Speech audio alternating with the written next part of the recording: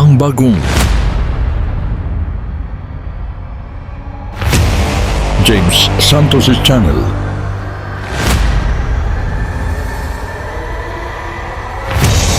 Bagong tema, bagong boses,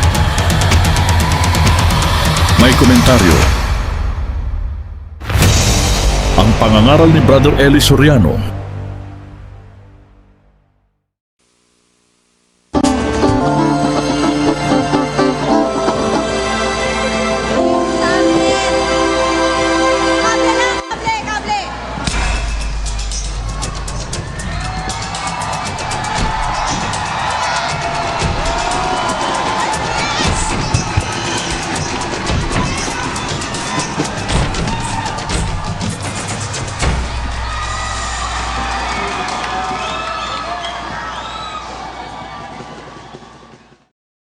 Ang mapapanood ninyo ang running debate ng ang dating daan ni Brother Eli Soriano versus ang tamang daan ng Iglesia ni Cristo.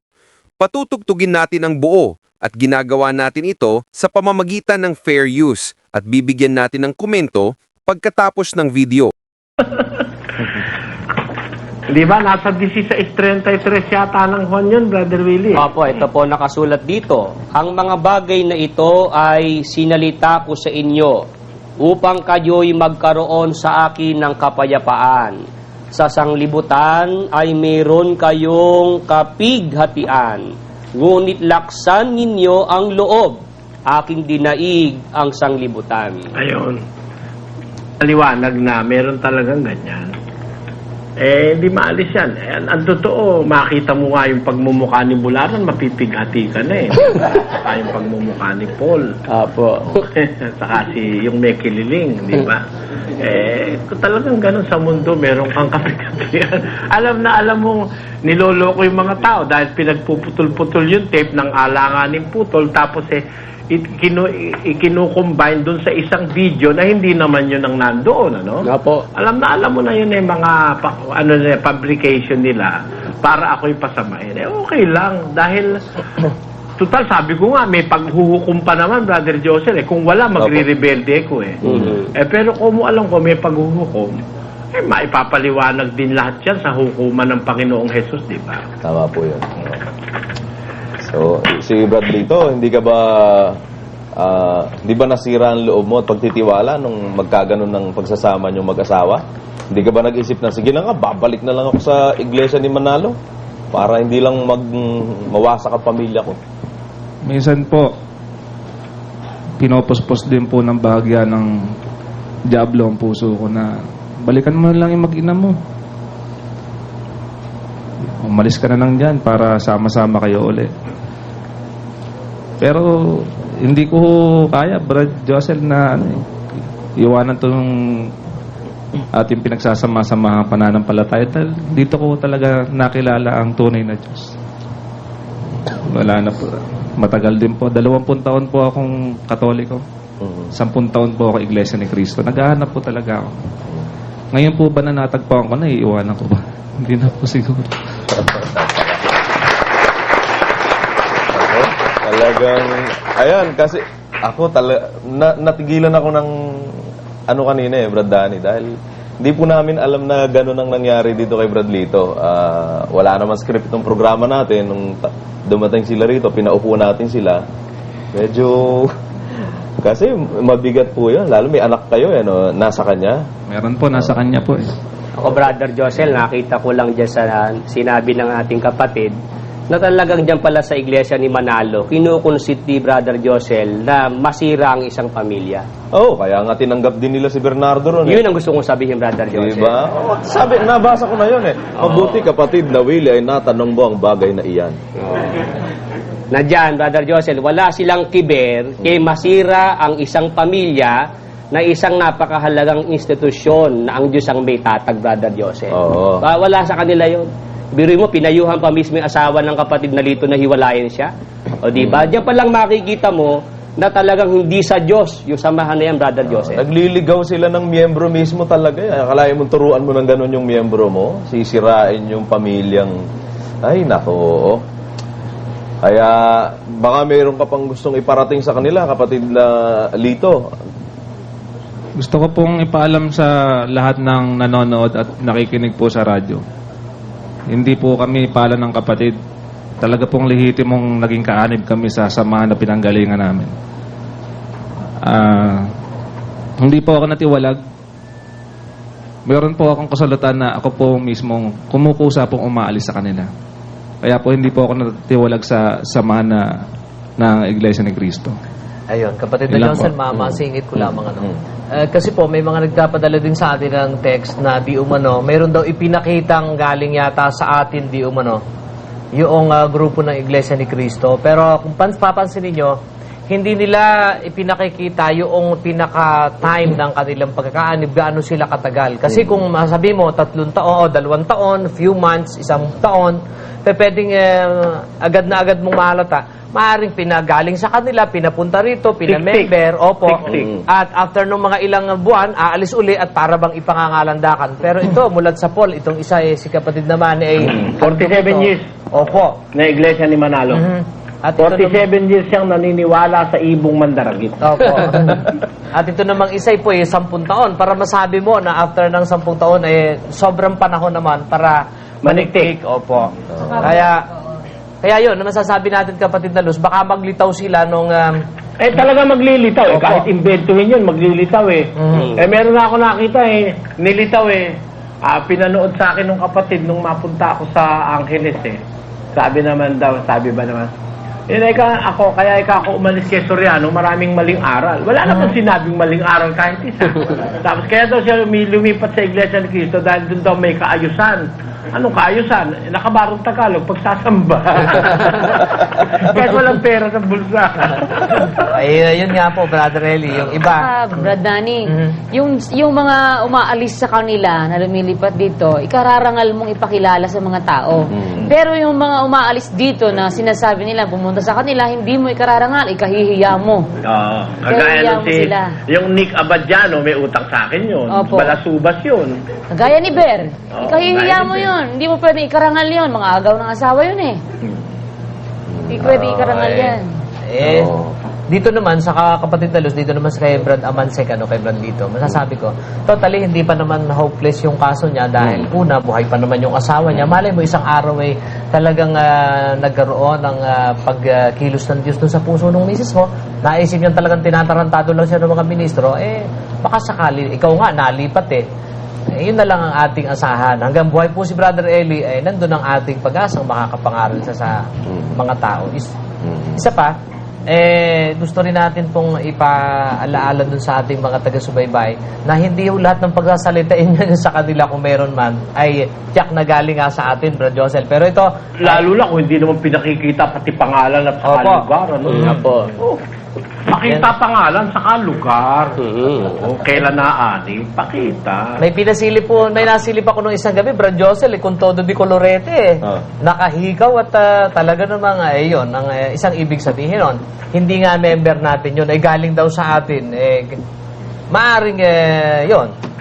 Nilagay nila, then after mga ilang parang si Himakas, Pinabalik nila sa kanila. kunwari ay kukunin uli. Kaya yun, mahalata mo naman, hindi naman gugugol ng mahabang panahon yun, sis Luz. Pag yun na yung mga nakakuha na ng mga kung anong naitiktik doon sa atin, babalik niya kung Pag saan natapos na pinanggalingan yung niya. kanilang trabaho na maniktik, babalik na siyempre doon sa pinanggalingang nagsugo ng tiktik. Maglitaw kayo yung mga 10 taon, 12 taon, at tiyak natin hindi natiktik yan. At ilitaw nyo ang record. Yan. Kung anong credential mayroon yan, at kung ano naman yung record naman ito, kung ito naman mga ito yung nagsialis sa inyong may masamang record, ilitaw nyo. Hindi, mabuti pakita ni Bradley ito yung kanyang kasulatan na hindi siya tiniwalag. Dala mo ba ngayon, Brad Lito? Loloobin. Bali, po, kapatid na Eli Yung original po na kopya nun, nandun po sa ministrong pinagharapan namin. Yun naman pong rough draft nun, nasa misis ko naman po. Wala po akong pinangahawakan. Pero ginawa niya yun. Ibig sabihin, nung siya naalid dito, yung ministrong Bobo, pumayag na hiwalayan siya ng misis niya. Yun nga, may sulsul Si Brother Eli po, ikaiba naman. Si Brother Eli, may mga kapatid dito na kaya mo siyang iba ang relihiyon. Kasi ang preserve natin dito, una, yung kaligtasan, ikalawa, yung pamilya. Meron nga tayong kapatid, yung asawa Muslim eh. Opo, totoo po. Di sabi ko, bakit? Kahit na ba Muslim yung asawa mo, pwede makisama ka. Yan ang masakit pong kapalaran. Biro mo maraming pamilyang Hindi naman ko Muslim eh, masama. Brother Danny, di ba? Opo, totoo po yan. Sabi ko, yung bang asawa mo, binubugbog ka, hindi naman daw. Yung bang asawa mo, inaagrabyado ka, hindi naman daw. Hindi, okay lang ako, makisama ka. Hindi, pwede po ba akong magpabotismo kahit Muslim ang asawa ko? Bakit hindi? Sabi ko gano'n. Yung Muslim yung asawa niya. Yun ang nakasama ko doon sa debate kay Maring Winnie, Brother Joseph. Opo. Yung asawa niya, Katoliko, yung asawa niya, Muslim. Magka-sweet na sweet pa nga sila eh. Nakakaingit pa nga eh. Pag nakita mo, isang Muslim, isang Katoliko, nagsasama. Di ba? Kasi pagsasama naman sa laman yun, mag-asawa, di ba? Ang sabi sa Biblia naman, ang dalawa, magiging isang laman. Tinan mo, nilagyan ni Kristo ng distinction. Magiging isang laman. Hindi naman sinasabing magiging isa sa lahat ng bagay, kundi isang laman. That is the primary bond of a married man and a woman. Nagiging isang laman.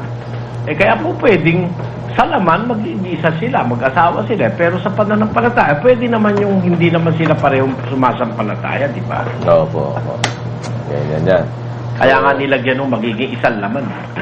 Di ba? Kaya dinistinguish yun eh. Magiging isang laman.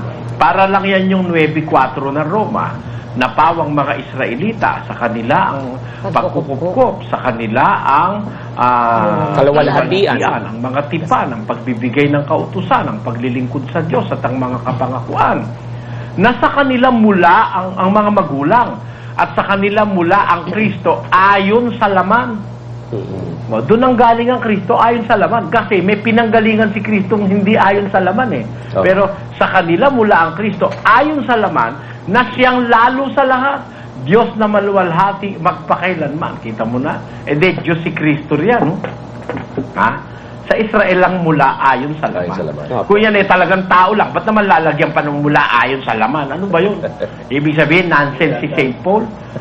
May sense si St. Paul. Kaya nilagyan ng sa kanila mula ang Kristo ayon sa laman kasi may ibang pagmumulan si Kristo. Pakinggan natin sa 5:2 ng Mika. Pakinggan nyo. Ito po ang sabi po sa aklat ng Propeta Mikas, sa 5:2 ang nakasulat, "Ngunit ikaw, Bethlehem Ephrata, na maliit upang lumagay sa libo-libo ng Huda, mula sa iyo ay lalabas sa akin ang isa na magpupuno sa Israel, na ang pinagbuhatan niya ay mula ng una, mula ng walang hanggan." Tingnan mo, mula pa pala sa walang hanggan yan eh. Napansin mo ba yan, Brother Danny? Opo. Kapatid na Manny, napansin nyo ba yan? Si Kristo, ang pinagmulaan mula sa walang hanggan eh. Pero pag ang pag-uusap sa laman, mula sa Israel. Yan. Apo. Ayon sa laman. Kaya talagang si Kristo eh, mula sa walang hanggan. Paano naman naging tao yan, ano? Matindi naman pagkabulag yung nangyari dyan sa iglesia na yan. Pero mo, mula sa walang hanggan, tao. From eternity, from everlasting, tao. Ano ko naman, matindi. Ay, pag hindi naintindihan talaga yung Kristo, talagang bulag na bulag ang hindi makaintindi diyan kung ano yung Kristo, kapatid na Joseph. Nga po. Kasi yan ang pinakamalalim na hiwaga ng Diyos sa Biblia. Sa Colosas 2:2-3. Upang mga aliw ang kanilang mga puso sa kanilang pagkakalakip sa pag-ibig at sa lahat ng mga kayamanan ng lubos na katiwasayan ng pagkaunawa, upang makilala nila ang hiwaga ng Diyos sa makatwid bagay si Kristo. Paano naging tao yan? Hiwaga ng Diyos na makatwid bagay si Kristo na siyang kinatataguan ng lahat ng mga kayamanan, ng karunungan at ng kaalaman. Biro mo lahat ng karunungan at kayamanan ni nakatago kay Kristo. Paano naging tao yan? Pwede bang itago sa tao lahat ng kayamanan, ng karunungan at kaalaman? Opo. There is no such a person in the universe na mapagtataguan mo ng lahat ng kayamanan at karunungan na tao, wala niyan. Hindi totoo yung tao yan. Si Kristo'y galing sa walang hanggan, kasama na ng Ama, bago pa nilikha ang langit at ang lupa. Yan, maliwanag yan. Pero sa Iglesia ni Manalo, hindi magliliwanag yan kahit kailan. Nakangawitan na, sabi nga ni Brad Manny yung araw. Ngayon, pinalalabas daw nila na sabi raw, Brother Joseph, handa raw silang lumaban. Pakinggan nga natin. Ba? Play natin yung sinasabi nila, Brad Mel. Meron ka ba? Eto yata yan. Yayabang meron pang nalalabing minuto kasi ang ipinagyayabang ho nitong grupong ito, no? Takot daw tayo sa kanila, no? Na humarap sa isang maginoo na diskusyon o debate. Hindi raw ho natin kayang ipagtanggol ang ating pananampalataya. Ilusyon lang yun, kapatid na Michael. Opo. Hindi po totoo yun. Noon pa, tinanggap na natin yung kanilang hamon eh. Opo. At yan nga sa Luneta. Di ba? Yan nga sa Luneta na gustong-gusto niyang lugar na dyan putulan daw siya ng ulo pag napatunayan. Tinanggap na lang pala nila yung hamon, at sa luneta. Di ba? Meron ba kayo dyan record nung sinabi na sa plaza muna? Plaza muna. Meron ba kayo dyan, no, Brother Joseph? Brad Mel, nakakyu na ba yun sa'yo? Ako. Tinanggap naman rin hamon eh. Tinanggap sa luneta. Ay, nako. Pagka sa luneta, Kabularan, maraming masasaktan dyan. Kilala ko kasi kayo eh. Hindi ba ikaw may sabi nang babali kayo ng leeg? Opo. Parinig natin nang babali sila ng leeg. Meron ka na, Brad Mel? Nakakyu ka na? Teka, Halata Brother Josel Brother Josel, talagang nililigaw ang mga tao no? Ang ating hamon Sa TV. sa TV. Hindi na plaza, hindi sa luneta. Hindi binabanggit Brother Josel yung sa TV Wala. Talagang- Iwas na iwas silang mabanggit yun eh. Oo. Wala naman tayong hamon sa luneta eh. Tapang eh, no? Yan ang... Hindi, yung may pinaparinig daw sila, yung sinabi ko, lahat ng mangaral dali sa luneta. Opo. Lahat ng mangaral, hindi naman sila kasali ron dahil alam mo, pagkakasali sila, alam mo, the world will be a better place without the Iglesia ni Cristo. That I believe. Tandaan. Naniniwala si Brad Manny eh. Natatawa si Nagiging- Brother. Ano, Brad Manny? kasi lahat ng mga aral, lalabanan ko sa luneta, pwera lang sila dahil gusto ko sa kanila sa TV. Dahil kilala ko sila eh. Nga po. Namamaril sila eh. Pumapatay sila ng kapwa, Brother Joseph. Opo. Kaya alam ko, mga pare, hindi naman namamaril. Kahit diskusyonin mo. Sa Badista, hindi naman namamaril. Sa Xinioba, hindi namamaril. Oo. Di ba? Kaya lahat ng mga, ang hinahamon ko dun sa luneta, sinasabi ko, lahat ng mga mangaral na hindi kasama yung namamaril. Apo. Pagka nandala ka sa luneta, daing tao, milyon-milyon, may barilan, marami masasaktan. Kaya pag sila ang kalaban, nililiwanag ko, gusto ko sa telebisyon. Dahil po Brother Eli, dahil kayo po nakaranas na po Oo, nakaranas na ako, binugbog na ako niyang mga yan eh. Apo. O, di ba? Opo. Meron nga ako diyang medical certificate at saka police report na ako binugbog ng mga iglesia ni Manalo. Pinagtulong-tulungan ako ng 5 diakono sa Guagua pagkatapos ng diskusyon. Mata mo? Na yan po'y tinatanggi naman nila Brother Eli. Ano tinatanggi? Dahil- Paano nila maitatanggi yun? Alam ng buong baryo ng Santo Cristo yun, ano? Kaya nagtanong-tanong daw po sila sa kanilang mga kapatid. Tinanong pala nila yung kapatid nilang nuno ng sinungaling. Alam mo, di Ang mo na tanongin kailangan. mo, mga Katoliko sa Guagua. Apo. Alam nila roon. Yung chief of police nga nung Guagua, nakaharap nung diskusyon sa plaza ng Guagua, nakaharap yung chief of police, walang nagawa eh. Apo. Walang nagawa. Binato kami ng sigarilyo, hinablot ako dun sa plaza eh. Walang nagawa yung chief of police, katabi ko lang. Sa dami nila. Kasi pag diskusyon, dadalang ka ng daan-daan libo eh, di ba? Apo. Na ang karamihang dadating, hindi babae lalaki. Mga butangero. Para po bang sa Cebu, Brother Eli, nung tapatan yung ating Oo. lugar doon? Puro lalaki hindi nalaro. Apo. Talagang sila nakahanda kasi sila tayo, sa gano'n na away na panlaman. Tayo hindi naman tayo nakikipaglaban doon sa panlaman eh. Opo. Katunayan yan, talagang ito yung sinasabi natin kanina. Nambabalita na talaga ng leeg yan. Play natin, Brad Mel.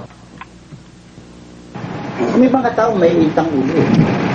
Kung halimbawa, si Mataro may katabi Iglesia ni Cristo, pinalian ng leeg. Ngayon, Yun ang pananaw ni Kabularan. Yun ang pananaw ni Kabularan huwag ganun. na pwede mambali. Aba, totoo yun. Ang tao eh. Ang tao. Ayan. Yan ang katwiran niya. Ang tao-tao, kaya pwedeng mambali ng leeg. At yan hindi naman ipagtatanong pa yan. Talagang pumapatay sila ng tao. Di ba? Hinatulan nga ng Korte Suprema Di ba? Yung 5 estudyante ng PUP pinatay sa kapilya. Di ba ganun, Brother Joseph? Oo. Di ba? Dyan po ang records yan. Anong tawag po nung ano na yun, attorney? Skra. Si ang ponente noon, si Chief Justice Silardo Davide Jr. Ang abogado Beyond reasonable doubt, they were convicted of murder. Di ba, attorney? affirmed by the Supreme Court sa Regional Trial Court na Manila. Yan po, naka-display sa screen. Ang abogado po nila dyan, Brother Eli, si Justice. Justice. Ito pala yung decision. Wherefore judgment is rendered pronouncing the 4 accused in these cases: Juanito Abella, I. Garcia, Diosdado Granada, I. Salcedo, Benjamin de Guzman, I. Labasan, and Edgardo Valencia, I. Villanueva, guilty beyond reasonable doubt of murder. Ano po bang maiksing storya ng kaso na yan, attorney, para Sa basketball lang ang pinangyarihan yan. Okay, nagkainitan. Alam mo, ang naging eyewitness dyan, Brad Josel, membro din nila na babae. Yun ang nakapagturo dyan. So, yun, pinagdepensa sila ng kanilang magiting na abogado, na iglesia rin. It was decided, they were convicted sa Regional Trial Court na Manila. Pagkatapos, siyempre, automatic appeal yun, murder yun affirmed by the Supreme Court. Siyempre, tinignan maigi ng Korte Suprema yan, Brad Joseph. Lahat ng record niyan, kalit-liitan yan, hinimay yan. Yan. At saan po nangyari yung pagpatay na yan dyan? Somewhere in Manila Ano yung lugar na Hindi ko na matandaan. Parang, if I could remember it right, parang Santa Ana ka, Brad Joseph Sa punta yata yan, attorney. Parang gandun. Punta Santa Ana, yung balita ko. Wala ba Hindi yung... ko pa naman nababasang buo yan decision. Brad Mel, wala ba yung case number niyan? May case number niya. GR number L, etc. Tapos promulgated. Nakalagay doon, Brad Eli. At hindi ba sa kapilya din nangyari yung pagpatay? No, doon. Di ba? Biro mo. Ang eyewitness doon, yung kanilang kaanib. Alam yata nila, Brother Manny, yun Pakigamit po yung Ano po, Brother Manny? Hindi ko po alam ang buong katotohanan dyan. Pero nadidinig ko yan. Pag-uusapan niya noon. This is already reported sa Supreme Court report annotated. Yan. Pero hindi karahasan talaga sila. Ayun, yung mga criminal case number, identified, Ayan, mga kababayan. So, talagang... Yan, information yan. Yan ang charges, That on March 1992 pala, City of Manila, Philippines. Conspiracy. Ayan.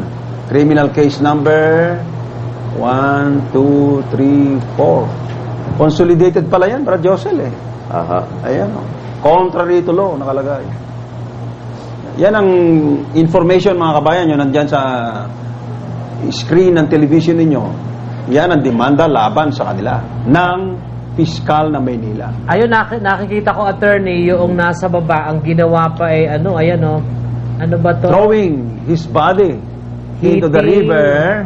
Hitting his head with the Guns, kicking him, tying his hands, neck and private organ. Additional allegation in criminal case number 92104-531. And thereafter throwing his body into the river, thereby inflicting upon the latter mortal wounds, which were the direct and immediate cause of his death thereafter. Yung river dyan, Brad Josel, Pasig River. Sa Pasig, opo.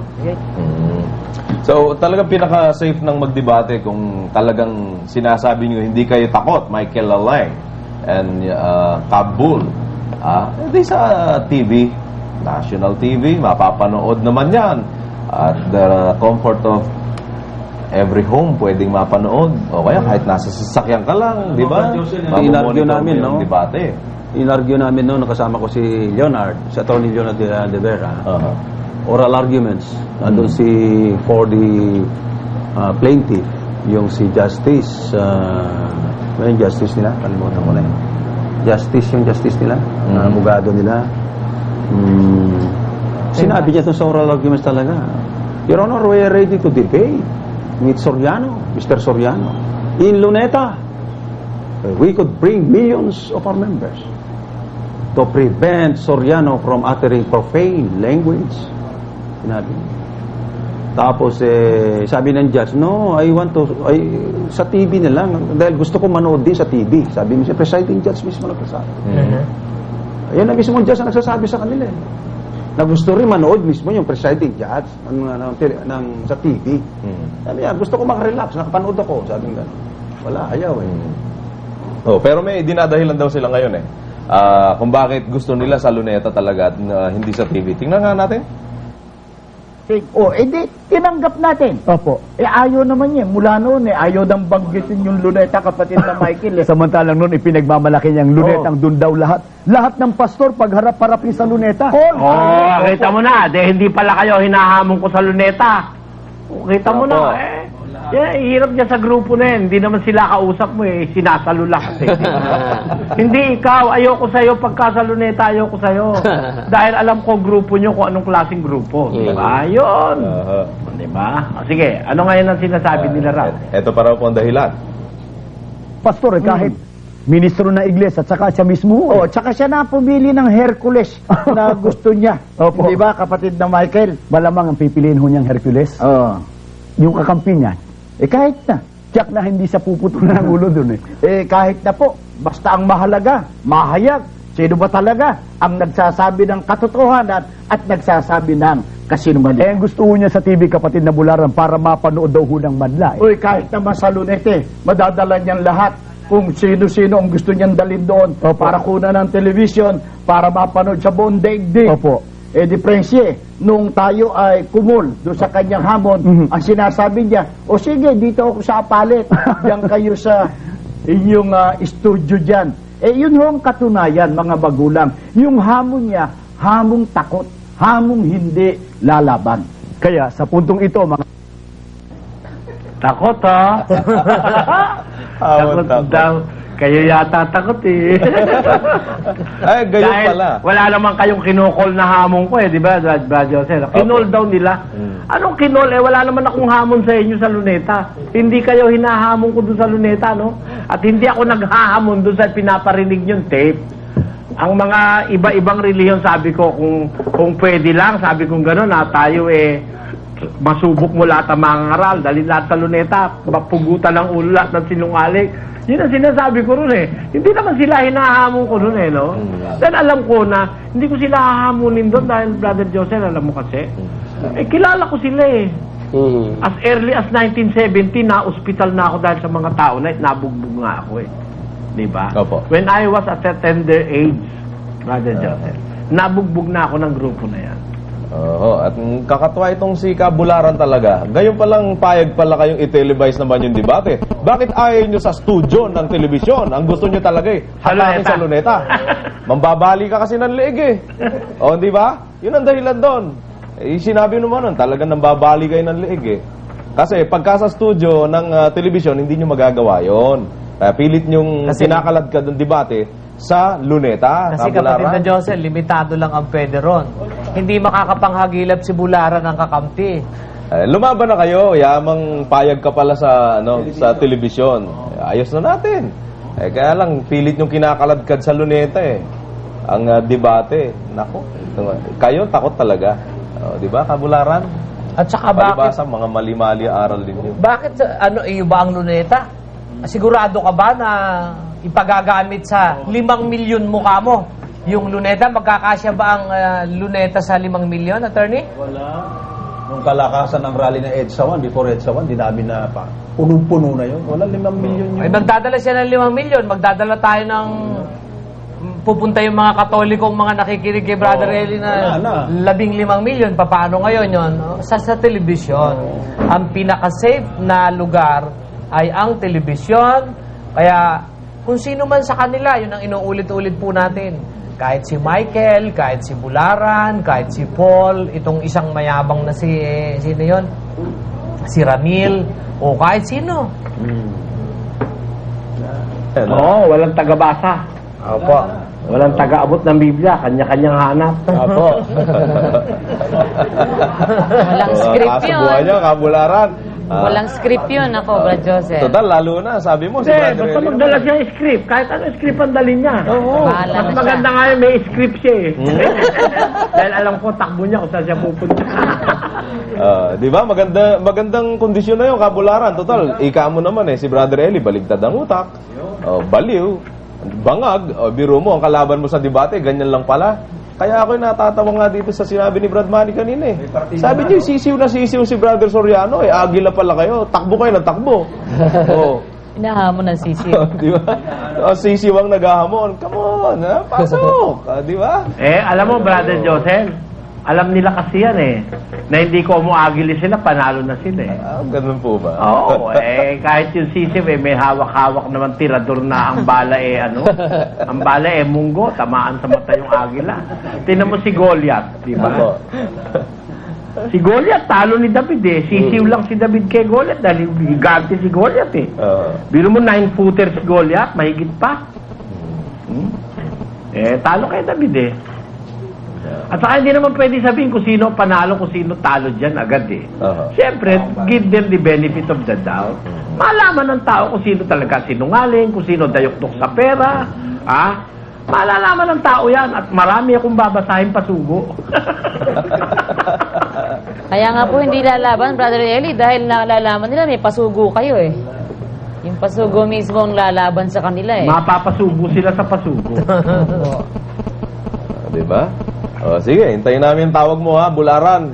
Bigay mo nga yung linya natin. Yung 6 na linya, tingnan ko lang. Hindi grounded ang linya namin, Bibigay namin ngayon. Tumawag kayo.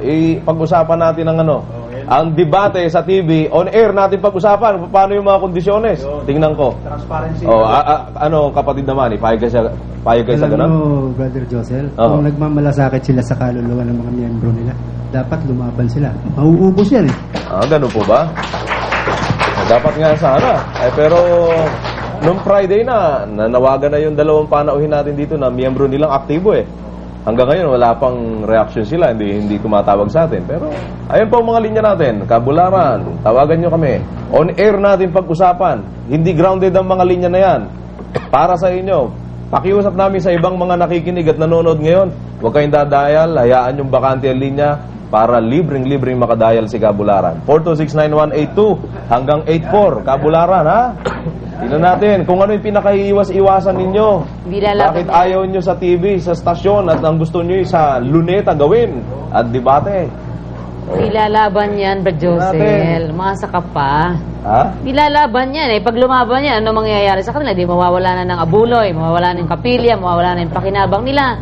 Hindi lalaban yan, kahit tawasin mo yan. Ito sinabi Francis Luz nung mga kapatid, mga taga-subaybay natin. Kaya nila sinasabi na kunwari lalaban sila ng debate, iniiwas nila para wag pag-usapan ng tungkol sa pera. Sana wag ninyong tantanan para bumagsak ang kanilang negosyo. From Chaong. Salamat po. Hindi lalaban yan. Hindi, alam mo naman kasi kahit anong tema hindi sila uubra Kagaya ng mga pinaggagawa nila. Ito. Tinan mo, kung hindi talagang kasinungalingan yan, ang isang buko ng panahon, babasahin yung Apokalipsis, nagtago ang mga pangulong kapitan sa mga bundok. Ayan ang air raid shelter noong 1940. Ako'y natatawa dahil gusto ko nga na ito'y isa-isahin Sa siguro susunod ko, pati doon sa Truth in Focus, isusunod ko Iglesia ni Manalo, Brother Danny. Opo. Kasi alam mo, nakakaano rin nakakaawa rin yung napapaniwala dahil biro mo, yung sinasabi dun sa Apokalipsis, hindi naman yun yung 1940 na gera Pakibasa mo nga, Brother Willie Opo. Sa Kapitulo 6 ba yun? Yung huling 2 talata yata? Ito po ang sinasabi dito po sa 6, Brother Eli, ng Apokalipsis. Ang talata po ay 15 patuloy. Ganito po ang ating mababasa. At ang mga hari sa lupa, at ang mga prinsipe, at ang mga pangulong kapitan, at ang mayayaman, at ang mga makapangyarihan, at ang bawat alipin, at ang bawat laya, ay nagsipagtago sa mga yungib, at sa mga bato, sa mga bundok. Ayan, yan ang nangyari nung nung 1940, may air raid shelter. Biro mo, napakatangahas na paliwanag. Kung itutuloy mo lang, makikita mo kung ba't nagtago Apo. Tignan mo kung ba't nagtago, saan natakot. Tuloy natin. At sinasabi nila sa mga bundok at sa mga bato, mahulog kayo sa amin at kami inyong itago sa mukha noong nakaupo sa luklukan at sa galit ng kordero. Hindi pala natakot sa gera yan. Hindi natakot sa bomba yan. Apo. Natakot yan dahil yan na ang oras ng paghatol ng kordero. Natatawa ako. Paano naging 1914 nyo sa 15? Ha? Yan pala paghatol na yung ayaw nilang makita sila ng mukha ng kordero, Brother Dwelin. Apo. Tinan mo ang ginagawa kasi nila, pukuha ng sitas, puputulin na, wala nang pakialam doon sa huli. Basta wala nang paliwanag yun, basta ano lang nila yung kanilang tsope, mailusot lang, okay na. No? Apo. Yung sinasabi dyan, natakot yung mga tao, nagtago sa mga yungib, sa mga bato, sa mga bundok, para wag makita yung mukha ng kordero, hindi dahil sa bomba ng yan. Nako, maniwala. Kaya isa-isahin natin yung aral nila. Ito po, Brother Eli, yung kanilang paliwanag po dyan sa sinasabi ninyo. Inadala ko po yung pagbubunyag. Palabuin nga nila. Ito po, dito sa pagbubunyag, page 167, ang sabi po yung ganito.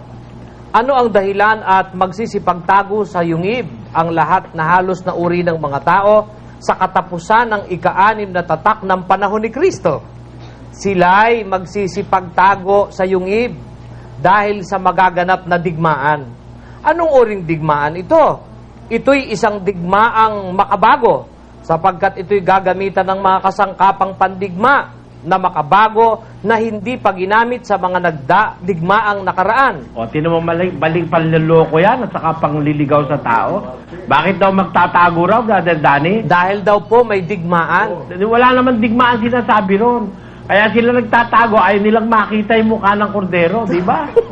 Kasama si Ramil dyan Apo. Dahil ayaw niya makita si Kristo dahil pinagdadaldal niya tao si Kristo. Hindi ba? Okay. Kaya yan, natakot hindi sa digma.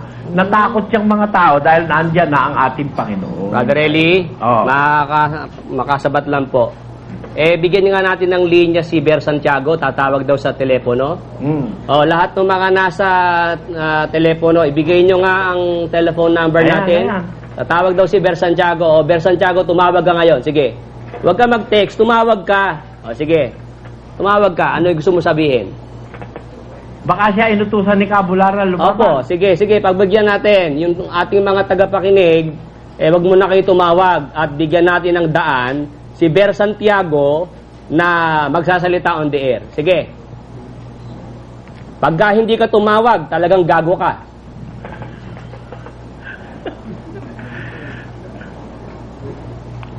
Sige po, Brother Eli. Hintay lang po tayo ng tawag nung isa na yon. Oo. Yun, maituloy ko, Brother Will, hanggang iniintay natin yung tawag ng kapatid mo. Opo, sige po. Bagay, parang ayokong sabihin kapatid mo yun. Opo, magkaiba sila ng tatay. Ngayon, ang sabi, natatakot daw sa digmaan, ano? Sabi Brother Danny. Sabi po ay ang dahilan at magsisipagtago sa yungib ang lahat halos ng uri ng mga tao ay sa katapusan ng ika-6 na tatak ng panahon ni Kristo. Sila'y magsisipagtago sa yungib dahil sa magaganap na digmaan. Alam mo? Yan. Opo. Biro mo kung di yan malaking panluloko sa kapwa. Kung itutuloy mo lang sa 16, makikita mo naman na hindi naman dahil sa digmaan kaya nagtatago sa yungib Ulitin nga natin, kapatid na Willie. Ito po ang sabi rito po sa 15 ng Apokalipsis. At ang mga hari sa lupa, at ang mga prinsipe, at ang mga pangulong kapitan, at ang mayayaman, at ang mga makapangyarihan, at ang bawat alipin, at ang bawat daya, ay nagsipagtago sa mga yungib, at sa mga bato, sa mga bundok. At sinasabi nila sa mga bundok at sa mga bato, mahulog kayo sa amin, at kami inyong itago sa mukha noong nakaupo sa luklukan at sa galit ng kordero. sapagkat dumating na ang dakilang araw ng kanilang kagalitan at sino ang makatatayo? Kita mo na, yung pala na may sa galit ng kordero kaya natatakot Brother Willie. Hindi naman pala sa digmaan di ba? Opo. Tinan mo kundi panluloko yung tinuro ni Manalo na yan sa kapwa. Na kaya daw nagtatago, dahil daw sa digma. Ang layo, kapatid na Dani, ano? Opo. At yun daw pong yungib, yun daw ay yung air raid shelter. Opo. Dako na ba? Antindi. Kaya yan mga aral yan na sinasampulan ko lang. Kaya hindi lalaman ng diskusyon sa television yung mga tao na yan talaga Kasi tatanungin mo lang bakit ba nagtago ang mga tao? Pinutol na Dahil daw sa digma, nilagyan na ng isinaksak na yung paliwanag ni Manalo doon. Kagaya halimbawa no 7:1 hanggang 3. Pinuputol sa 3 para iligaw ang tao. Kung itutuloy mo lang, makikita mo kung ano talaga yun Basahin natin ang Apokalipsis 7:1. Ito po nakasulat sa 7:1 ng Apokalipsis. At pagkatapos nito ay nakita ko ang 4 na anghel na nakatayo sa 4 na sulok ng lupa, na pinipigil ang 4 na hangin ng lupa, upang huwag humihip ang hangin sa lupa o sa dagat man o sa anumang punong kahoy. At nakita ko ang ibang anghel na umaakyat mula sa sikatan ng araw, na taglay ang tatak ng Diyos na buhay.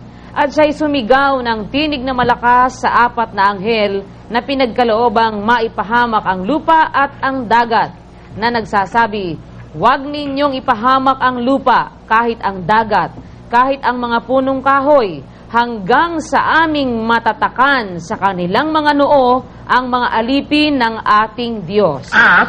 At narinig ko ang bilang ng mga natatakan na 144,000 na natatakan sa bawat angkan ng mga anak ni Israel. Kita mo, paano nangyari sa Pilipinas yan? Sa Israel pala nagtatakan. Kaya po. Tinan mo, itutuloy mo lang, mahahalata mo niloloko tao Dahil, pero mo, yung anghel na magtatatak at saka yung kanyang mga kasamahan, ang tatatakan, 144,000 tatatakan nila sa bawat angka ng anak ni Israel. Tingnan mo yan. Si Manalo naman hindi naman sa Israel nagtatak, kapatid na Luz. Totoo po. Sa Punta Santa Ana nagtatak.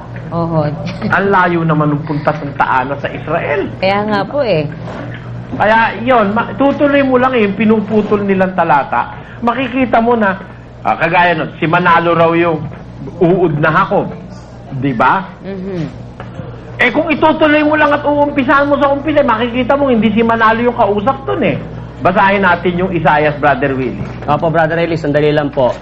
Meron po kasing text dito si Ber Santiago Ito po, pakitutukan lang sa screen. Ito po, babasahin ko po para sa ating Sige, mga patutok mo muna sa camera para may ebidensya. Ito po, bakit ayaw mong sagutin ang tawag ko? On the air mo ako, makikita mo. Ito po, text po yan ni Ber. Kung di ka ba naman tanga at gago, paano ka on the air kung sa cellphone? Ang sabi ko, tumawag ka sa linya ng mga telepono dito sa studio. Kuha mo. Hindi po pwedeng ma-on the air ka sa cellphone ka tatawag.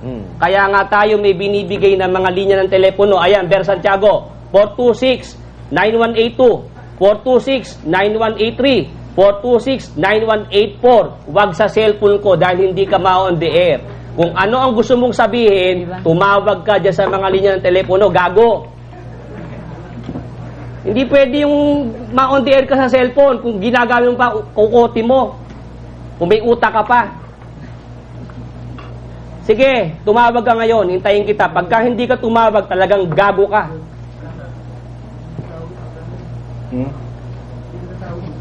Pwede ka bang ma-on the air? Maririnig ba ng mga tao yung sasabihin mo sa cellphone, Brother Joseph? Wala ako, Brad Willie. Mukhang hindi ka naintindihan. Tinakasan na ng ulirat. Tinakasan na ng bait si Ber Santiago. Wala na talaga sa wisyo, Brother Eli. Wala. Ano pa aasahan mo?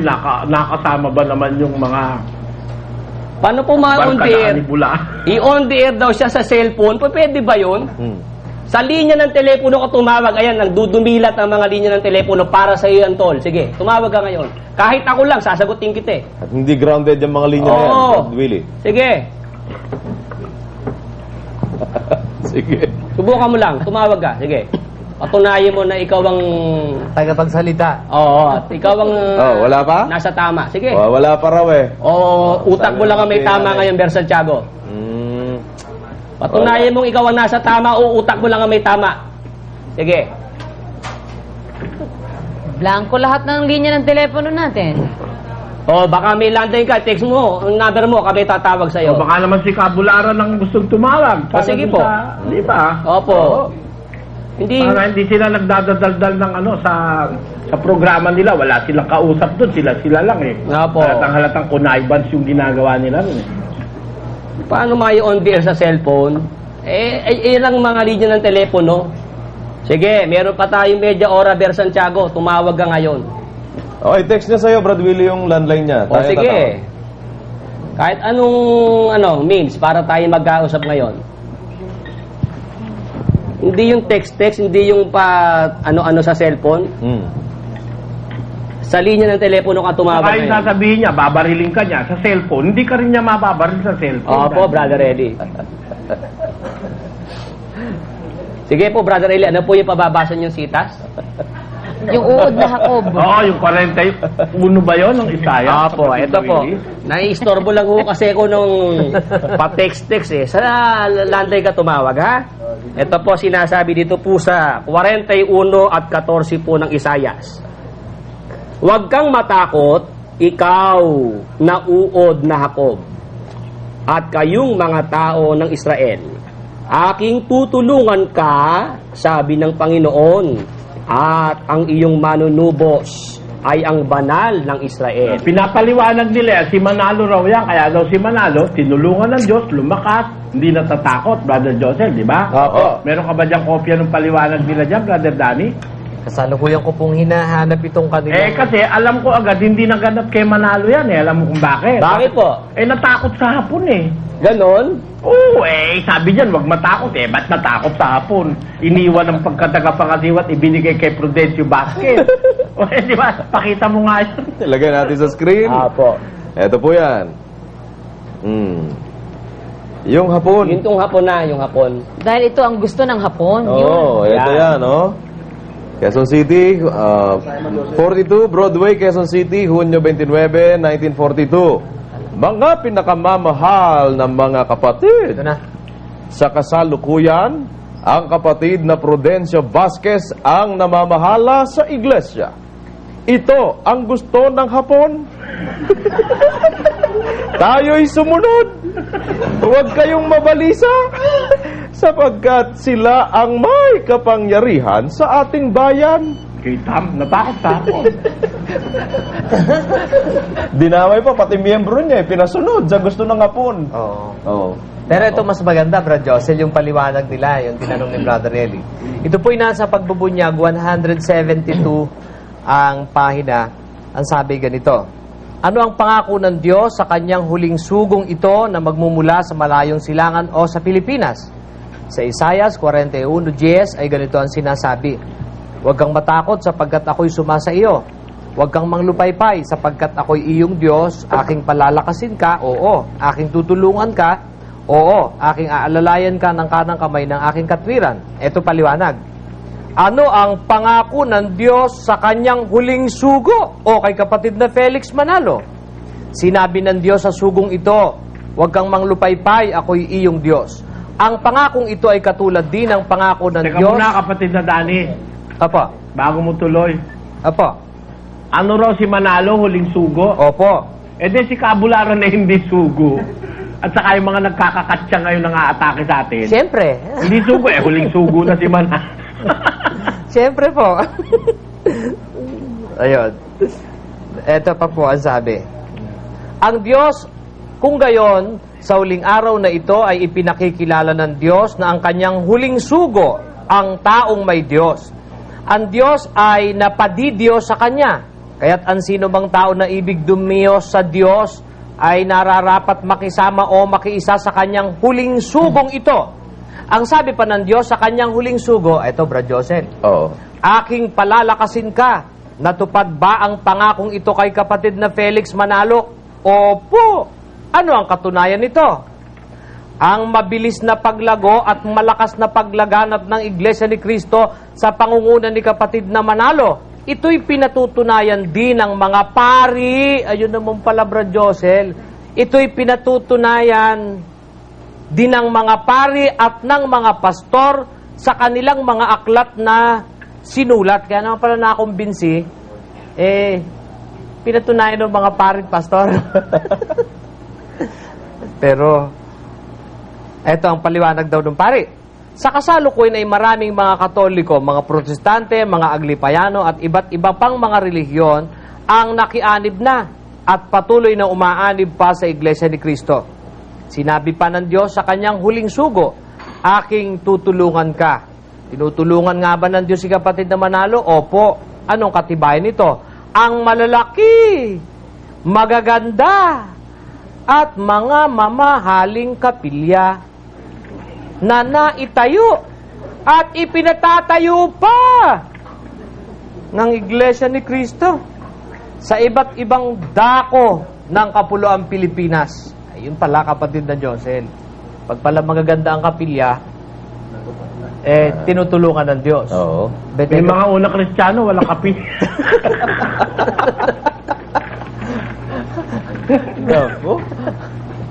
Ganun po ba yun? Lilitaw, Ito hindi. nga po si Kristo nga, walang bahay. Ni wala nga mahiligan ng kanyang ulo Abay, Ilalabas, hindi siya tinulungan ng Diyos. paano ngayon yon? Tsaka nung ibigay niya yung pamamahala sa kay Prudencio Vasquez, mukhang hindi siya tinulungan doon sa pagkakataong yun, kapatid na Joseph. Oo, pero ang claim niya hindi siya natitinag nung oras na yun, kapatid na Dani.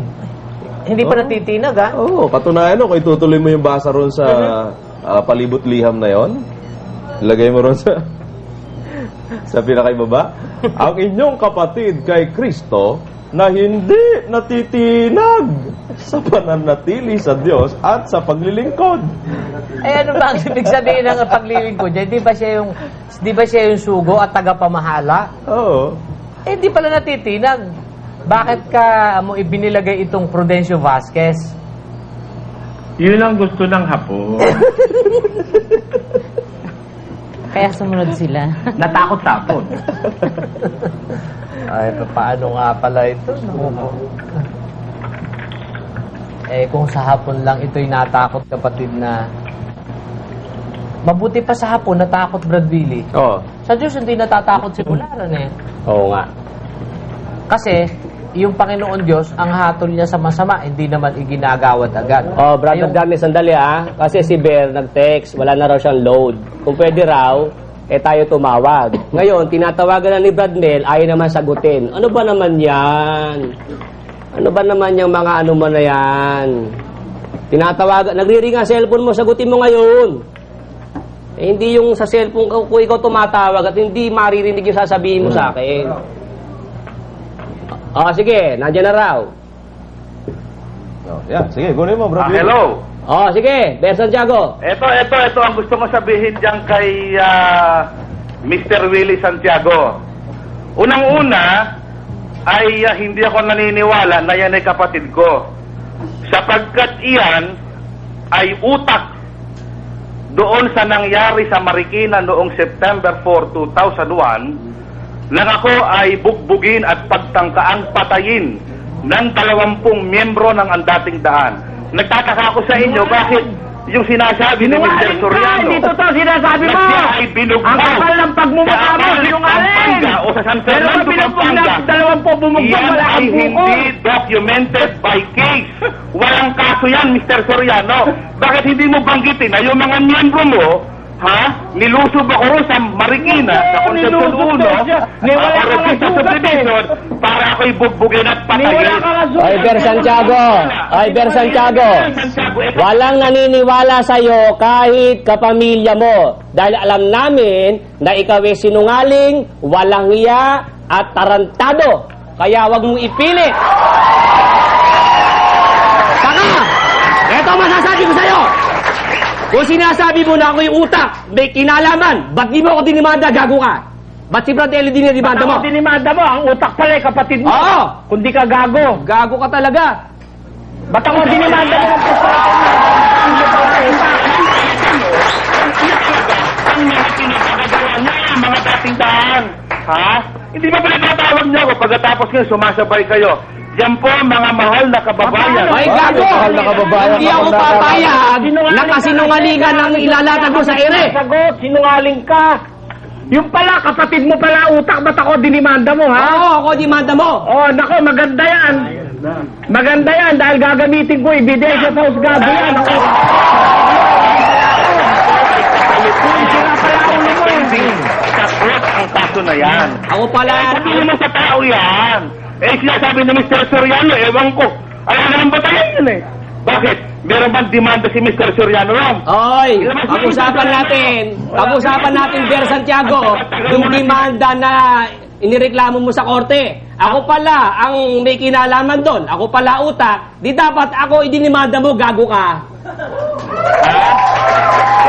Oh, sagutin mo yun. Ako dinimanda eh. At ang sinasabi, sabi raw ni Bradmel, ako raw ang nag-utos na patayin siya. Apo. O, di ba? Yan ang malaking kasinungaling. Mabuti yan. Oh, sagutin mo muna yung Bernardo Santiago. Mabuti yan. Nagka-ebidensya akong bigla, kapatid na Joseph. Opo. Nagka-ebidensya akong bigla na yung talaga wala kinalaman yung may record ng pambubugbog. Oo, sagutin mo muna. Hindi mo sa usapan eh. Eh, bastos kayo. Ba't kayo? Ikaw tong, bastos ka lalo ka na. Puro kayo Sagutin mo muna yung sinasabi ni kapatid na Willie. Paano hindi kami sasagot? Sukat sabihin mo, 20 miyembro na ang dating daan ang bumugbog sa'yo. Wala ka naman. Ako, napakasinungaling mo. Dito to yan. 20 miyembro, mabay yung mga nandang miyembro. Sinungaling ka, Bernardo. Sabihin mo, sagutin mo yung tinatanong ni Brad Willie sa'yo. Bakit hindi siyang idinimanda mo? Gayong kiniklaim mo ngayon. Siya palang utak ng pagkakabugbog na kiniklaim mo. That you express na yun ay ginamit nyo para iligaw pati yung pamilya ko, eh, hindi naman tinanggap ng korte. Bakit? In-express nyo eh.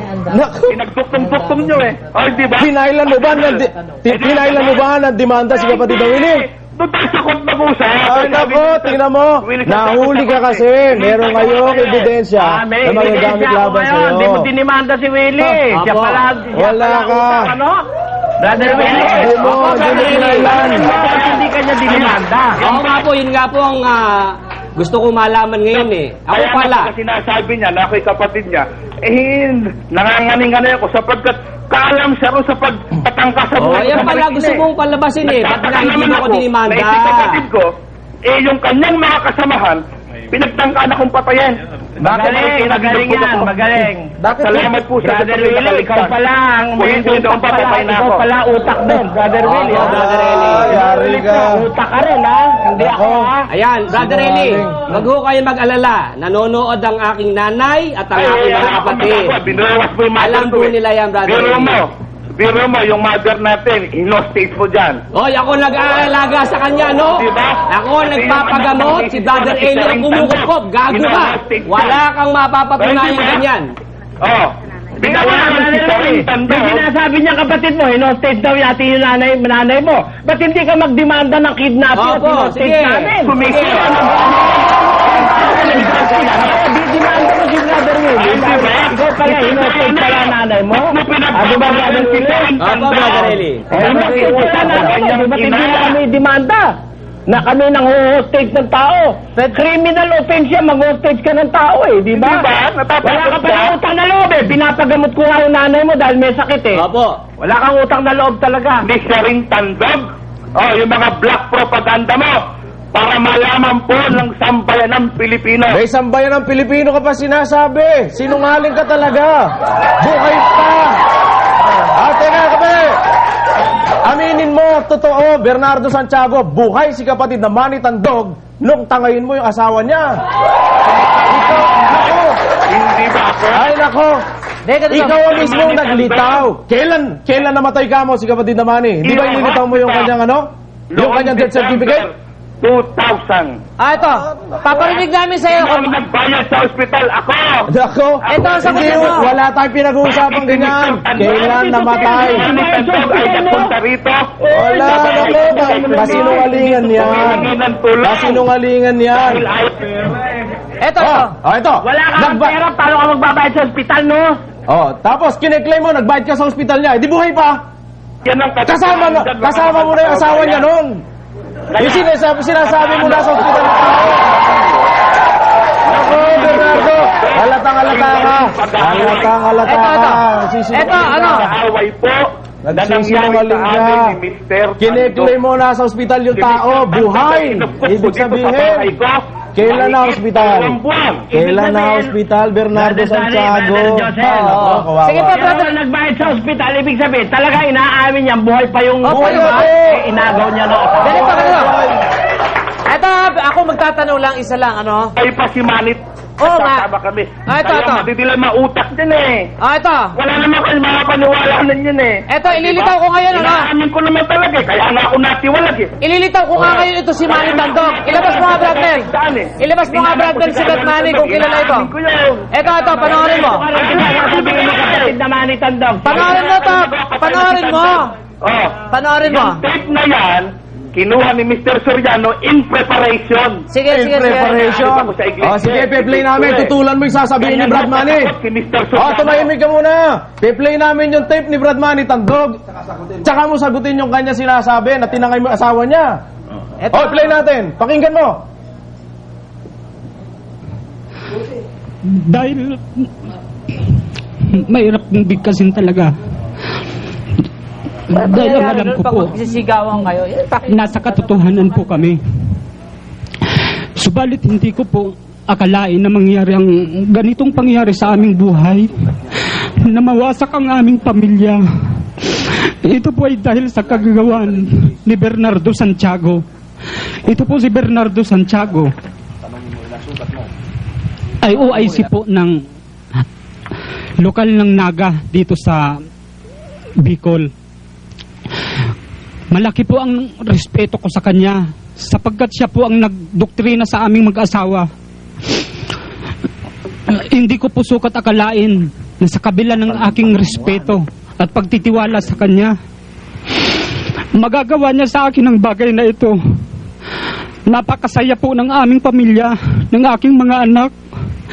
Ngayon po, kami na lang po ng aking mga anak ang nagsasama-sama dahil sa pagkawasak ng aking pamilya sa ginawa sa amin ni Bernardo Santiago.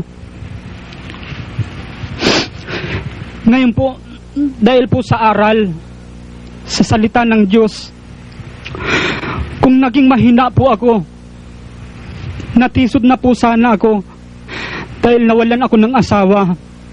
Pero pinagtibay po ako sa aral at salita ng Diyos sa samahang ito. Bagamat nawalan ako ng asawa, mayroon naman akong Kristo sa aking puso. Sapagkat nalalaman ko po na hindi porke nawalan ako ng asawa ay kasama na rin mawawala ang aking pananampalataya sa Diyos. Ngayon po, ito si Bernardo Santiago. Nung dalhin niya ang aking asawa, malaki po ang naging atraso niya sa akin. Gusto ko po siyang patayin. Gusto ko pong kainin ang kanyang atay. Dukutin ang kanyang puso. Dahil sa aking mga anak, kaya hinayaan ko na lamang sila. Alam ng Diyos kung gaano ako napuot sa kanya. Pinigilan ko lamang ang aking sarili. Alam ni Bernardo Santiago na dati akong sundalo. Kumain na rin ako ng tao. Pero sa kabila ng lahat, Cut natin. Ayan. At yan po, tatanong lang namin sa'yo, ito ba ayon sa sinasabi mo kanina ay parang kinuna ng pauna dahil para lang gagamitin ebidensya laban sa'yo? Andiyan pa ba siya? O yan, patawag ka uli o kaya kami ang tatawag. Ito yung sasagutin mo, ano? Kasi ang bintang mo, parang kinunan ito ng pauna na hindi mo pa itinatakas yung asawa niya. Parang pinabrik. Ano ang sabi niya, Brother Danny, tungkol kay Sharin? Magbablock propaganda raw po, Brother Eli. Nagbablock propaganda tayo kay Sharin? Ano raw sinasabi natin? Tanungin nga natin mismo si Sharin, kapatid na Joseph. Opo. Sige, nandito siya sa studio. Kapatid na Sharin, ikaw na nga magsabi kung may binablock propaganda kami sa iyo. Sige. Pakita nyo sa screen si kapatid na Sharin. Okay. Si Sharin muna. Ilagay natin. Ayan. Sige. Magandang gabi po. Ako po si Sharin Tandog. Ako po yung anak ni Yoli na kasama po ngayon ni Bernardo Santiago. Hindi po totoo yung mga sinasabi ni Bernardo Santiago tungkol sa akin na ako po, na sinasabi nilang parang kinukulong ako dito. Hindi po totoo yon. Hindi ka ba na-hostage? Hindi po. Ako po yung kusang pumunta dito. Dahil po, ako nandito sa iglesia, sa loob, dahil alam kong ito po yung totoo. At kung naniniwala akong hindi ito yung totoo, ba't ako pupunta dito na alam kong nandun yung pamilya ko, nandun yung mga kapatid ko, nandun yung nanay ko. Wala pong, opo, nasa Diliman po sila, Quezon City. Wala pong kamag-anak dito. Pero mas nasumpungan ko po dito yung tunay kong pamilya kaysa sa kanila. Dito po, dun sa laman, siguro, masaya ako dahil kasama ko yung mga kapatid ko. Pero pighati po yung espiritu ko dahil alam kong mapapahamak po ako dun. Kaya po ako napunta dyan sa Iglesia ni Cristo dahil po ang sabi ng tatay ko, paalam ng tatay ko kay Brad Respi. Dati po nasa Bicol po ako, destino po ako sa Bicol. Sabi po ng tatay ko kay Brad Respi, isasama daw po ako, magpapagamot yung tatay ko. Walang magbabantay sa kanya. Hindi ko po alam na dun pala kami dadali ng tatay ko kasi gusto lang makita ng tatay ko yung mga kapatid ko dahil ilang buwan na lang po, mamamatay na yung tatay ko. Hanggang sa pagising ko po, pagkatapos po yun ang pasalamat ng buong kapatiran. Pagod na pagod po kami. Hanggang sa pagising ko, nandun na po kami sa Diliman. Hindi ko po yun, kasi kung alam ko kung doon kami pupunta, hindi po talaga ako sasama. Ayun. Hindi po totoo ang sinasabi ng nanay ko. Ay siyempre, ipapublic ka yan. Daw pagod na pagod dito, tapos ang kinakain mo kangkong adobo. Sabihin mo rin, Sharin, sabihin mo rin na yung tatay mo nung buhay pa, kinukumbisi ni Ber Santiago na pumirma sa kasulatan. Sabihin mo yan. Opo, kinukumbinsi po nung nila Ber na pumirma ang tatay ko sa kasulatan. Para ano? Para ano? Para lang po ipakita nila na parang lumalabas po. Payag na po yung tatay ko. Mr. Willie Santiago.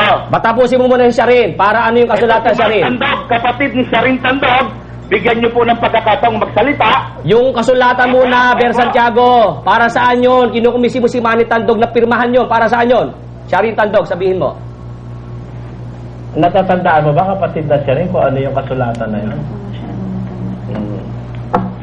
Kung ano ba ang pagkakaalam mo doon, Brother Willie? Opo, na si Ber, kinukumbisi po si Manny Tandog para po magparaya na siya. Para po wag na po siyang makasuhan, Brother Eli. Na si Brother Manny, hanggang sa mamatay, hindi napapayag ni Ber Santiago sa kanyang gusto. Mr. Mel Pagdaraon. Ano yung bang pinapakang nilalakad nilang maanal yun? Opo, Brother Eli, yun po. Minagmamalaki nga po ni Ber Santiago na si Toquero. Kayang-kaya raw ayusin ni Toquero yung tungkol sa kasal na yan. Para maging legal yung Opo, Brother Eli. Kahit buhay pa si kapatid. Opo, naman, opo. Yung sinasabi na yun daw itinape natin na yun parang paghahanda, para bang practical yun na buhay, na hindi pa naman sila gumagawa ng masama ay ano na, pinatape ko na yun, ano? Opo. Ay, ang totoo, hindi ko nga alam yung pagkakatape na yun. Kapatid na siya rin, saan itinape yun? Sa Bicol pa po yun. Sa Bicol pa ba yun? Mga ilang araw ihab ninyo, because kung kinunan yon bago nakaalis na sila, mga gaano nakatagal? Matagal na po yun. Siguro po mga year 2001. Hinahanap na ng tatay mo yung nanay mo noon. De, teka, kailan ba umalis yung nanay mo sa inyo? July 25 po, year 1998. 1998. 1998. Buhay na buhay pa tatay mo? Buhay pa po yun kasi namatay po yung tatay ko May 23, year 2001. Ayun. Kasi nasa akin din ang ano niyan nasa akin din yung Kaya ano sinasabi ng nanay mo na dito raw, kinakain mo puro kangkong na adobo. Hello! Hello! Kapatid na siya rin. Sagutin mo lang yun, Sharin. Hindi po totoo yun. Paratang yun sa'yo. Hindi po totoo.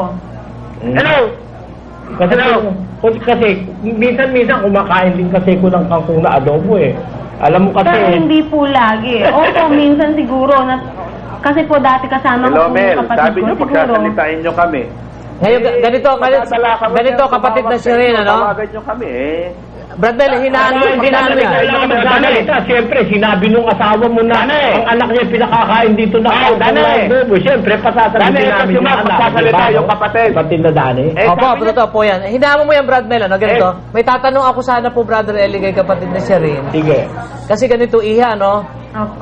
Gaano katotoo na yung kapatid mong kasama ng nanay mo ngayon ay kaya nandoroon ay pinangakuan ng kung ano at isang panahon hinaharas ka pa doon sa coordinating, di ba? Ganon? Opo. Anong ginawa sa iyo doon? Pinuntahan po ako mismo sa coordinating center na Sinong kasama niya? ng kapatid ko po. Oo. Yung pong mga... Hindi ko po kilala kung sino-sino yung mga kasama niya. Oh, tapos ano sabi sa'yo? Tapos sabi po sa akin, sumama daw po ako sa kanila dahil pag hindi po ako sumama, kumanda raw po ako. Ayan. Kaya ako na itanong sa'yo, gusto raw pagsalitain yung kapatid mo. Kaya, alam natin na natural ang sasabihin yan ay dahil nakikinabang sila doon eh, ano? Pero ang gusto kong marinig sa'yo, panganay ka sa kanya, di ba? Apo. Oh, paano? Di ba totoo nakasama yan doon sa video na ipinakita natin kanina, dalawa kayong anak ni Brad Bunny nung buhay pa, di ba? Apo.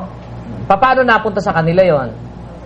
Dati po ayaw niya pong sumama dun. Kaya lang, nung habang tumatagal na, nakakaramdam siya ng parang ginhawa. Dahil, opo. Dahil binibigay po talaga sa kanila lahat ng gusto nila. Pati bahay, libre po sila sa bahay. Mas malaki pa nga kung tutusin ang bahay nila kaysa sa mga ministro ng Iglesia ni Cristo. Pati tubig, kuryente. Nakapunta ka ba rin, Commander Cherry? Opo. Nakapunta Ibig sabihin, naka-star ka rin doon na ilang panahon. Opo, Nililigawan yung pa nga po yung gusto Brother Eli eh. Sabi, siya raw po ilalagay sa pasugo, di ba siya rin? Opo, sabi po nung isa pong asawa po ng Iglesia ni Cristong ministro, pag ako daw po nakapangasawa doon, ilalagay pa daw po ako sa pasugo. Tapos, pag naanib ako doon, kumbaga sikat po kasi po galing nga po sa dating daan, tapos manggagawa pa. Ayun. Salamat sa iya. Tatanong naman natin, pagbibigyan natin si Ber, ano? O, eto, huwag kang galit. Ba't ka magagalit? Huwag ka masyadong galit. Hello, Dakne. Sabi mo, tatawagin mo ako. Ganito ang aking tanong sa'yo. Dito, sandali mo na. Kaya ako muna, siyempre. Sabi mo. Ayusin mo naman kasi. Ikaw naman Usapan, katwiran lang naman. to eh. Hindi mo ako masisindak sa ganyan. Kilala mo naman ako. Ganito na lang. Ganito na lang. Ganito ang gawin natin. Magtatanong ako sa'yo. Ang tanong ko sa'yo, binabawi mo na ba o pinangangatawanan mo pa rin yung sinabi mo kanina na parang pauna na namin sinut yung si Brad Manny Tandog para sa dahilang sisiraan ka. Totoo ba yun? Sir Navales, for the sake of fair play, Hindi may tinatanong. we allow the brother of Sharing Tandog to talk for a while? Alam mo, Bernardo, Eh, teka, Brad Dani, mukhang hindi ka iniintindi ni ano eh, ni Imber eh. Imber, ganito lang eh. Bago mo pagsalitain yan, ikaw may nakabinbin ka pang dapat mo sagutin. Binibigyan ka namin ng pagkakataon para sagutin mo. Oo. Bakit hindi mo sagutin muna bago mo isalang yan? As Mr. Eli Soriano is saying, okay? Okay. English yun ah! Hello? Sagutin mo muna yung sinasabi mo kanina. Hindi ka namin Pag hindi mo sasagutin yan, putulin na lang natin yan. Ikaw, Ber, ang aming gustong makausap kasi sabi mo, nakakakilala ka ng katwiran. Ang aking tinatanong sa'yo, ay ito bang sinasabi na ito ni Brother Manny Tandog na umiiyak? Paano mo naman sabing hindi kayo nag-away at magkasundo kayo at para bagang binitbit mo yung asawa niya ng tuwan-tuwa pa siya? Paano nangyari yan? Sige, paliwanag natin. Nung pong kami ay magsama na ni Kayoli Tandog. Kailan? Lagyan natin ng petsa, kailan? Oo, 1998 yun. 1998. July. Alam ba nung asawa niya na magsasama na kayo? Nagpaalam ka? Hindi niya alam. Tinanong ko nga. Sige, yun. Ito. Salamat. Ako po naman nagpapasalamat sa Diyos na makapangyarihan sa lahat. Sapagkat natagpuan ko po ang tunay na Iglesia ni Cristo. At ako'y sumasampalataya na ang mga kasalanan ng aking nagawa, pinatawad ng Diyos nang tanggapin ko ang tunay na bautismo sa Iglesia ni Cristo. Kaya naman natutuwa. Vale. Di nagsama na kami ni Kayole. Si Mr. Manny Tandog ay pinakialaman yung anak ng kanyang katulong na tiga Sipokot. Sino? Si Giselle. Anong pangalan? She was 16 years old. Sige. And because of that, he was charged with rape and bailable offense. Hindi, walang piyansa. Oo. At si Mr. Manny Tandog ay nandoon sa Kadlan, sa Tinangis, Camarines Sur, nakakulong. At kami ay ipinatawag ni Mr. Manny Tandog para siya'y tulungang makalabas. Sapagkat marami ro ipinangangako si Reyes na wala namang abogadong dumadating. Kaya ang sabi ni Mr. Manny Tandog, Ganito. sabi ni Mr. Manny Tandog, Wala, teka, malayo sa issue yan eh. Oo, isa-isa lang. Pagbibigyan ka namin. Ganito naman, yung sinasabi kaya mga mahal na kababayan, ano po ginawa namin? We go to the Naga City Fiscal Office. Teka. Malayo sa... anuhin muna natin, Der, bigayan tayo. Binanggit mo kasi si Brother Resty. Eto naman si Brother Resty. Brother Resty, magandang gabi. Hello. Pagkabuo si Sir. Brad Resty, ikaw na ba yan? Hello. Brad Resty. Hello, Brad Resty. Hoy! Ano ba? May paratang sabi sa'yo ni Bernardo Santiago na siya nagbayad ng ospital ni kapatid na Manny Tandog kasi nungalingan yon. Malaki pa sa kapilya ng Iglesia ni Cristo. Ako kumukuha ng pera kay Sis Jane Putos ni kapatid na Soriano para bayaran ang lahat ng gastos ni kapatid na Manny Tandog. Pati pagpapalibing ni kapatid na Manny, pati puntod ang nagbayad si kapatid na Eli. Sinungaling ka, Bernardo. Tarantado ka. Brad Resty. Ako ang MIC, ako po ang kasalukuyang dinistino manggagawa ni kapatid na Soriano sa Bicol. Tinanggal si Bernardo Santiago sa dahilang mayroong problema ginagawa. Ako po ang dinistino sa Bicol. Ako nagpatuloy ng doktrina hanggang sa nabutis naman yung mga tao na yan. Kinuha, dinukot, itinanan ni Bernardo Santiago July 25, 1990 si Yoli Tandog. Galit na galit si kapatid na Manny Tandog. Nagreklamo sa pulis, patayin ni kapatid na Manny. Salamat na lamang may aaral si kapatid na Manny. Maswerte ka, Bernardo Santiago. Kung inabutan ka ni kapatid na Manny, malas mo. Yung tungkol sa pag-aalaga mo at yung tungkol sinasabi mong demanda, hindi totoong ni-rape ni kapatid na Manny yung dalaga sinasabi mo. Yung dalaga na yun, nobya niya, usang sumama. Hindi ni-rape. Kung ni-rape, sana nakulong, sana na bitay. Nakalaya yung tao at hindi ka tumulong. Si kapatid na Soriano pa rin ang tumulong. Bugok. Brother Resty. Brother Resty. May sulat pa nga yung bata ang babae, di ba? Opo. Ng kanyang pagmamahal kay kapatid na Manny. Opo. Pero meron lang nasa likod na nagdidimanda, inudyukan yung ama ng bata. Opo. Para nga ipahamak si kapatid na Manny. Yung punto to. At hindi ko ayoko lang magsalita dahil alam ko yan, ayoko lang magsalita. Mas gusto ko ibang tao nagsasalita dahil sila nakakaalam yan eh. Bayan Pilipino, si Bernardo Santiago po, huwag niyo paniniwalaan. Brad Resty. Sabi ni Bernardo kanina, kaya daw nagpunta yung si kapatid na Manny Tandog sa bahay niya, humingi ng tulong sa kanya para rin sa kaso niya na sinasabing rape case nga. Dahil pinabayaan mo raw, may mga pangako ka raw na may mga abogado na pahaharapin ka, wala ka naman daw na napapunta. Anong masasabi mo dyan? Hindi totoo yun. Bakit natin pababayaan yung kapatid natin? Bawas sa doktrina natin na pabayaan ng kapatid. Ang totoo, kaaway nga, pinahiibig, kapatid pa. Hindi totoo yan. Kaya yung sinasabi ni Bernardo na kaya nagpunta sa kanya si kapatid na Manny para humingi ng tulong sa kanya, yung po'y kasinungalingan. Ang nakakaalam, Brother Resty, ng dahilan, si kapatid na siya rin mismo. Lahat ng naging problema ni kapatid na Manny, dahil po sa paggawa ng kasama ni Bernardo Santiago. Bibigyan natin ng komento ang napanood nating video. Ito ay malayang komento lamang at hindi upang magmarunong. Magkomento rin kayo para magpalitan tayo ng mga kaalaman sa napanood nating video. Ang bibigyan natin ng komento ay tungkol sa pag-agaw ni Ber Santiago sa asawa ni Manny Tandog. Hindi mangyayari ito kung hindi sumama ang asawang babae kay Ber Santiago. At mali rin ang ginawa ng Iglesia ni Cristo na tanggapin sa kanilang iglesia na mayroong ganitong pagkakasala ng pangaagaw ng asawa at sa pangangalo niya. Ang ganitong kasalanan ay mortal sin. Pero dahil ipatay na ang asawang lalaki, malaya na ang babae. Pero dapat pa ring humingi sila ng tawad sa Diyos. Sa nangyari kina Willie Santiago at Ber Santiago ay away na nakaraan at kalimutan na. At alam kong nagkapatawaran na ang magkapatid at nakamove on na sila. Kung nagustuhan ninyo ang aking upload video, paki-like naman, subscribe, share at comment. Maraming salamat sa inyong suporta at panonood.